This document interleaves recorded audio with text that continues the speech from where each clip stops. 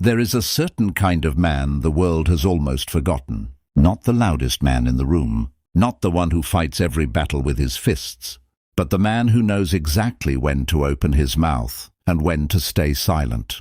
The Stoics called this the highest form of masculine strength. And today, we're going to talk about the 12 moments in a man's life where speaking up is not just an option. It is his duty. 12 times a real man must speak up.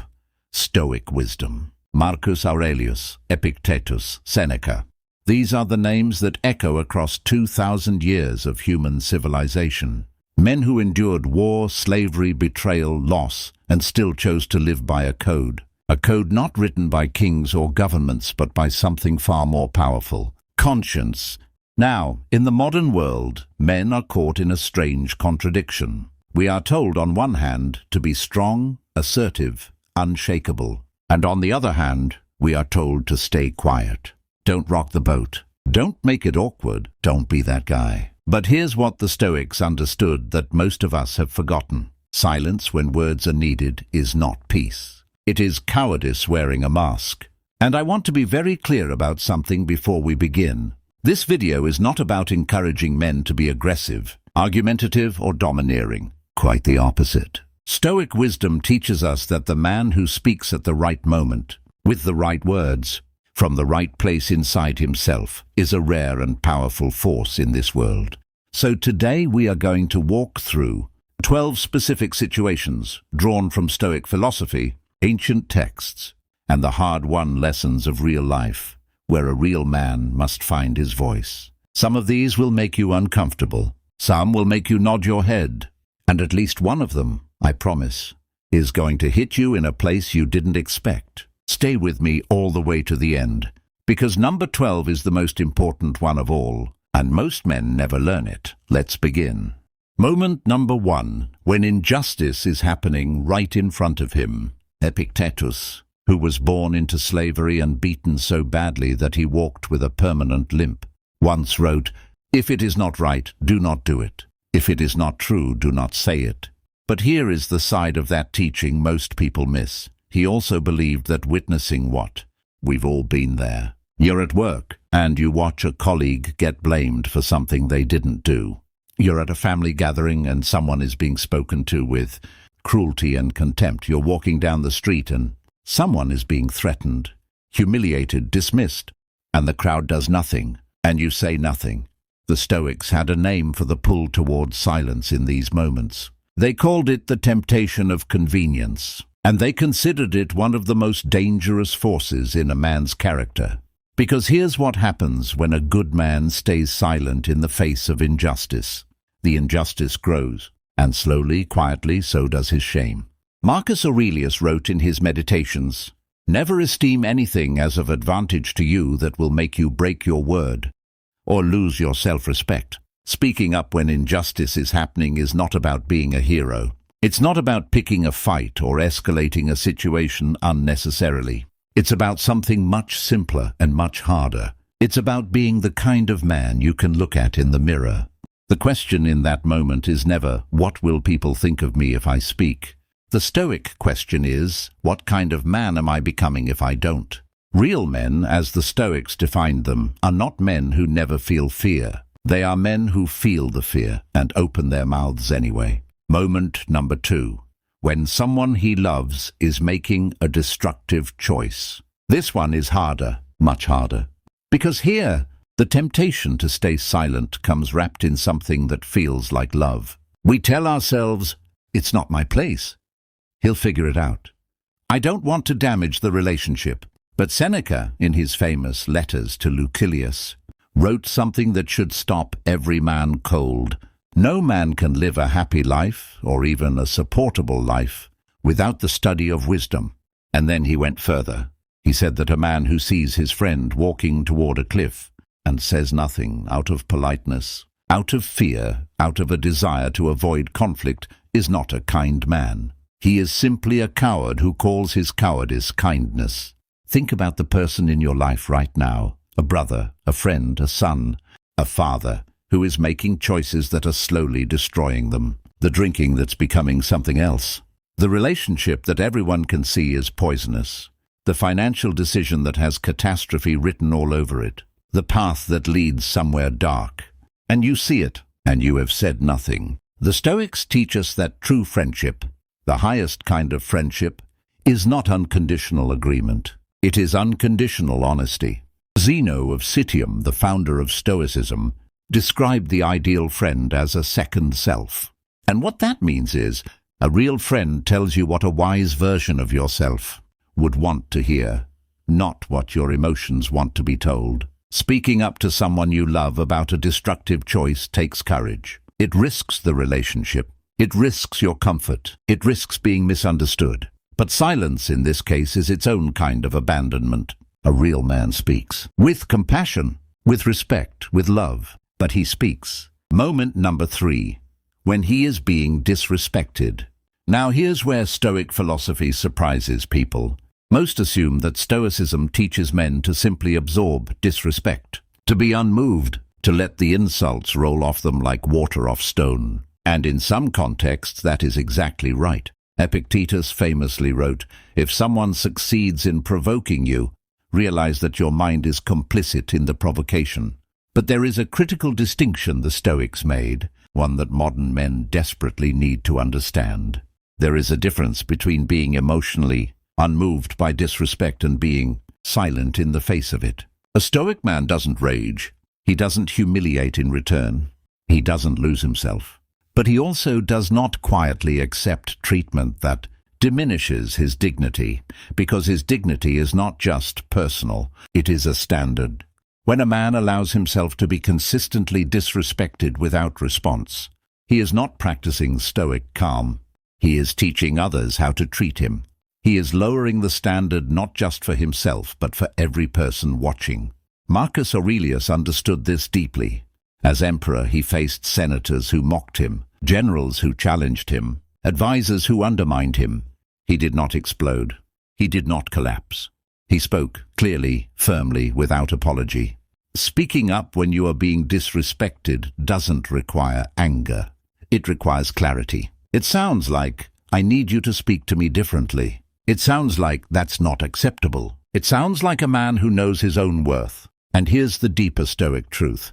The man who calmly, firmly holds his standard in the face of disrespect is not a threat. He is not aggressive. He is something far more powerful. He is simply not available to be treated that way. Moment number 4. When the truth needs saying and everyone else is staying quiet. There's a phenomenon in psychology called pluralistic ignorance. It's when a group of people all privately disagree with something, but assume they're the only one who feels that way. So everyone stays quiet, and collectively, a group of people who all know something is wrong ends up pretending it's fine. It happens in boardrooms, in families, in friendships, in nations. The Stoics didn't have a name for it, but they had an answer for it. Cato the Younger, one of the most celebrated Stoic figures in Roman history, was famous for one thing above all else. He said what was true, regardless of who was in the room, regardless of what it cost him, and it cost him everything. His career, his alliances, eventually his life, and yet, 2,000 years later, we still say his name. There will be moments in your life, and you probably already know what they are, where the truth is sitting in the middle of the room like an uninvited guest. Everyone can see it. No one will name it. The project that everyone knows is failing. The leader that everyone knows is wrong. The decision that everyone knows will cause harm. The behavior that everyone knows is unacceptable. And in that room, in that silence, there is a question hanging in the air that only one person needs to answer. Is it going to be you? The Stoics teach that a man's character is not revealed in the easy moments. It is revealed in the moment when truth is inconvenient, when speaking costs something, when the room is against you. Seneca wrote, "It takes more courage to be honest when everyone is pretending than it does to be honest when no one cares. A real man speaks the truth the room needs to hear, not to be right, not to be admired, but because the truth, left unspoken, poisons everything it touches." Moment number 5. When his children need guidance, not silence. If there is one silence in a man's life that haunts him more than any other, it is the silence he kept with his children. I want you to think about something for a moment. Think about the things your father never told you, the wisdom he carried but never passed on, the conversations that never happened, the guidance that never came. Maybe he was busy, maybe he was afraid, maybe he thought you'd figure it out, maybe he thought you knew. You didn't, and neither do your children. The Stoics placed enormous weight on what they called the transmission of virtue. The idea that wisdom is not something a man holds privately. It is something he is obligated to pass forward.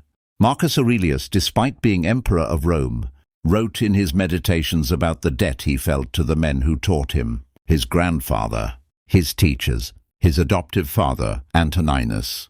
He named them. He described what each of them gave him, not wealth, not status, wisdom. A real man talks to his children about what life actually is, about failure and how to stand back up, about work and what gives it meaning, about relationships and what they demand, about character and why it matters more than success. He tells them about his own mistakes, not to burden them, but to protect them. He says, "I love you," not once, not on birthdays, but often enough that it becomes the background music of their life. He answers the hard questions about death, about purpose, about right and wrong, even when he doesn't have perfect answers. Because here is what the Stoics knew about children. They are always listening, even when no words are being spoken. And the silence of a father, the things he never said, the conversations he never had, become part of who his children are. Speak to your children, teach them, guide them. Tell them the truth about the world, and then tell them you believe they can handle it. That is not softness. That is the most important work a man will ever do. We're halfway through, and I want to ask you something. Which of these 5 moments has hit closest to home for you so far? Is there someone in your life you need to speak to, the conversation you've been avoiding? Drop it in the comments. I read every single one. And if this video is giving you something, if it's speaking to something you felt but couldn't quite name, please hit the like button right now. It takes 2 seconds and it helps this message reach the men who need it most. Now, let's keep going. Moment number 6, when he needs to say, "I was wrong." There is a particular form of courage that the modern world has nearly destroyed in men. It's the courage to say 3 words, "I was wrong." We live in an era of infinite justification. There are entire industries built around helping people explain why they don't need to apologize, why they were actually right, why the other person misunderstood, why the circumstances made it inevitable. And men, real men, have been slowly conditioned to see admission of error as weakness. But listen to what Marcus Aurelius wrote to himself, privately, in his journals, never intending anyone to read it. If it is not right, do not do it. If it is not true, do not say it. And if you have said or done what is not right, correct it. The Stoics did not believe in ego protection. They believed in character refinement. And the only path to refinement is the willingness to look clearly at where you have fallen short and say so. Think about the relationships in your life that have been damaged by your pride, by the argument you won on a technicality but lost in truth, by the apology you were too proud to give, by the wrong you knew you committed but never acknowledged. Those silences have weight. They accumulate. They create distance between people that becomes harder and harder to cross. Epictetus said, "It is impossible for a man to learn what he thinks he already knows." And I'll add to that, it is impossible for a man to grow past a mistake he will not admit making. A real man says, "I was wrong," not as a defeat, but as an act of integrity. Not to please others, but because truth matters more to him than his own comfort. That is not weakness. That is the mark of a man who is still becoming. Moment number 7, when he must defend his values under pressure. The crowd is one of the most powerful forces in human psychology. It whispers, it nudges, it applies its pressure so gradually that most men don't even notice they've drifted away from themselves until they are somewhere they never intended to be. Seneca wrote one of the most powerful warnings in all of Stoic literature. Retire into yourself as much as you can. Associate with those who are likely to make you better. Welcome those who are capable of improving you. The crowd is the enemy of virtue. Now, I want to be clear. This is not a call to isolate, to be arrogant, to reject community. The Stoics were deeply social thinkers. What Seneca is describing is the specific moment when the pressure of a group begins to push a man towards something he knows is wrong, and the choice he faces in that moment. You know the scenario. The colleagues laughing at a joke that dehumanizes someone. Do you laugh along? The group of friends encouraging a decision you know is destructive. Do you nod and go along? The culture, the trend, the movement of the moment pushing you toward a position your deeper self rejects. Do you comply? Cato the Younger, when asked why he didn't simply adjust his principles to match the political winds of Rome, said, "I would rather be hated for doing right than loved for doing wrong." This is the moment that separates a man with values from a man who merely holds values when it costs him nothing. Under pressure, under ridicule, under the gravitational pull of the crowd, a real man opens his mouth and says where he stands. Not to be rebellious, not to be difficult, but because a man who cannot defend what he believes in is a man who doesn't truly believe in anything. Moment number 8, when gratitude is owed and left unsaid. This one is quieter than the others, but it may be the one that stays with you the longest. Marcus Aurelius begins his meditations not with philosophy, not with strategy, not with battle plans, but with a list of people he is grateful for. His grandfather, his father, his mother, his teachers, his emperor and adoptive father Antoninus Pius. Page after page of gratitude. The most powerful man in the Western world, sitting alone with his thoughts, making sure he remembered and recorded the people who made him who he was. Is there someone in your life right now, a parent, a teacher, a mentor, a friend who shaped you, helped you, believed in you, and has never heard you say so? Because here is what we don't want to think about. That moment might not always be available to you. We assume the people who love us know we love them.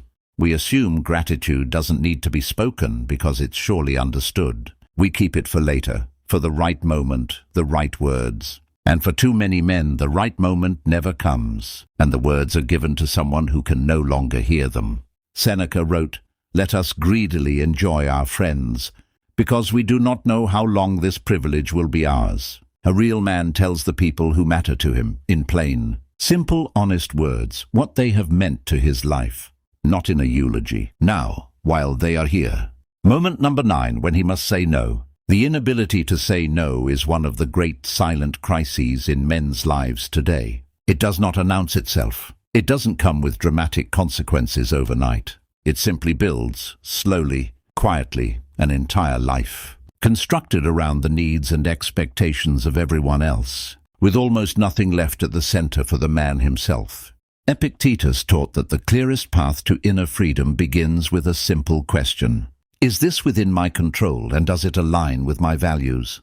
If the answer to either is no, then so is the man's answer. No is a complete sentence. It requires no apology, no lengthy explanation, no performance of guilt. And yet, for many men, saying no feels like a violation of some unwritten contract with the world.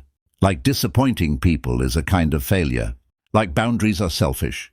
The Stoics would say this is confusion, and they would say it comes from a fundamental misunderstanding of what your life is for, your time, your energy, your attention, your presence.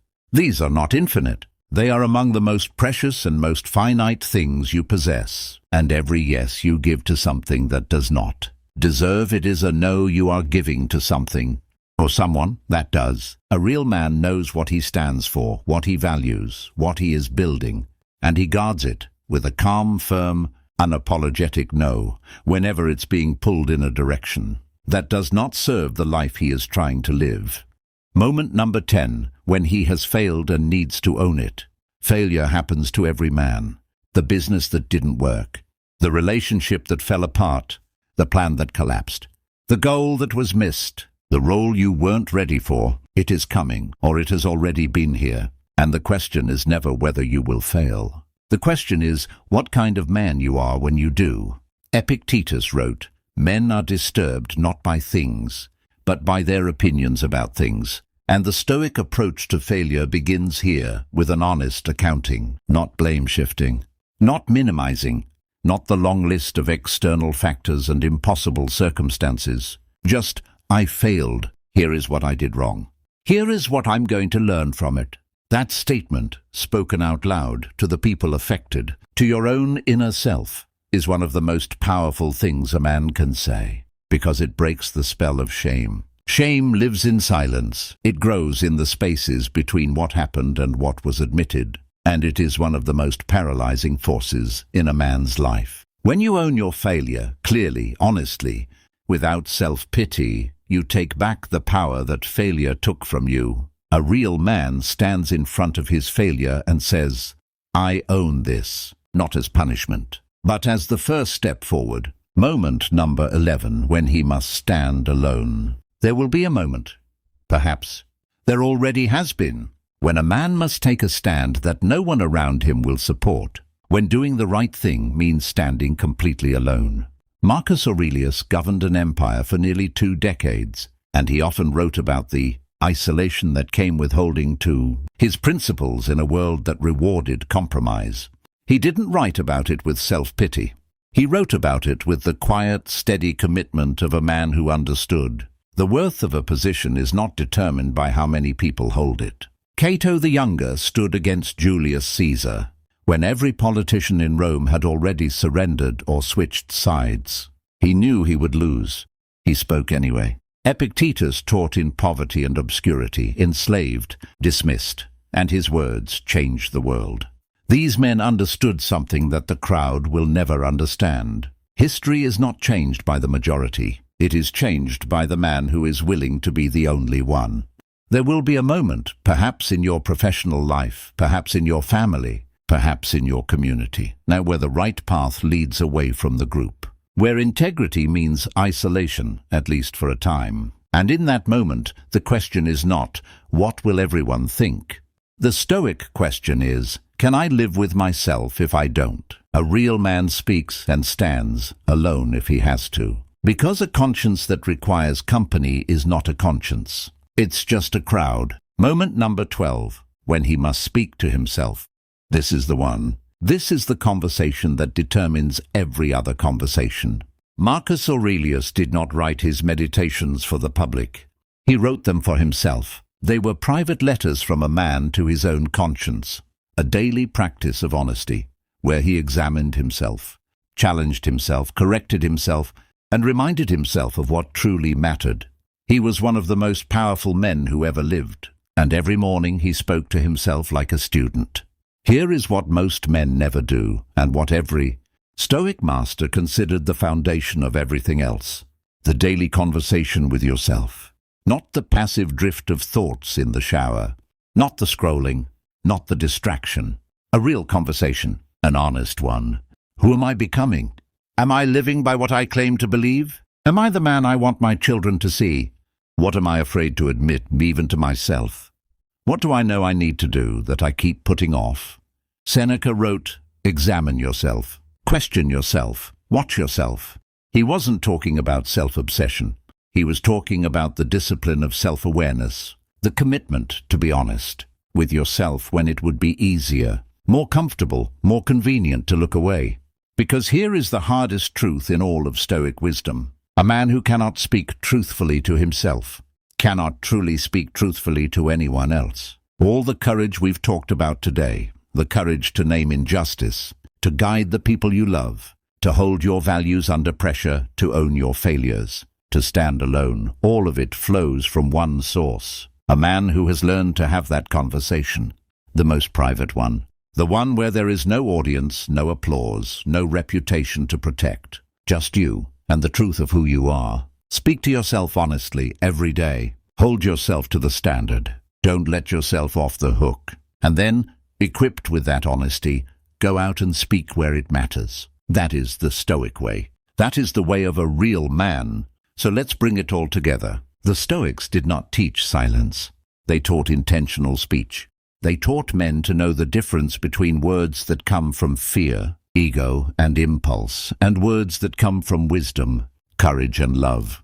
They taught that a real man speaks, when injustice demands it, when someone he loves is in danger, when disrespect needs to be named, when truth needs a voice in the room, when his children need a guide, when he owes the words "I was wrong," when his values are under pressure, when gratitude is owed, when boundaries must be held, when failure must be owned, when the crowd is wrong and he knows it, and every morning when the most important conversation of his life begins. That last one, that internal voice, is where all of this begins, because you cannot give what you have not first found in yourself. Waste no more time arguing about what a good man should be. Be one.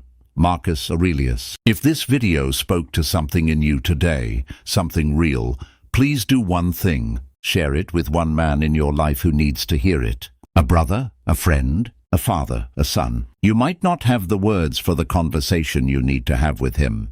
Maybe this video is that conversation. Like this video if it gave you something. Subscribe to Wisdom of the Stoics for more content like this. We go deep.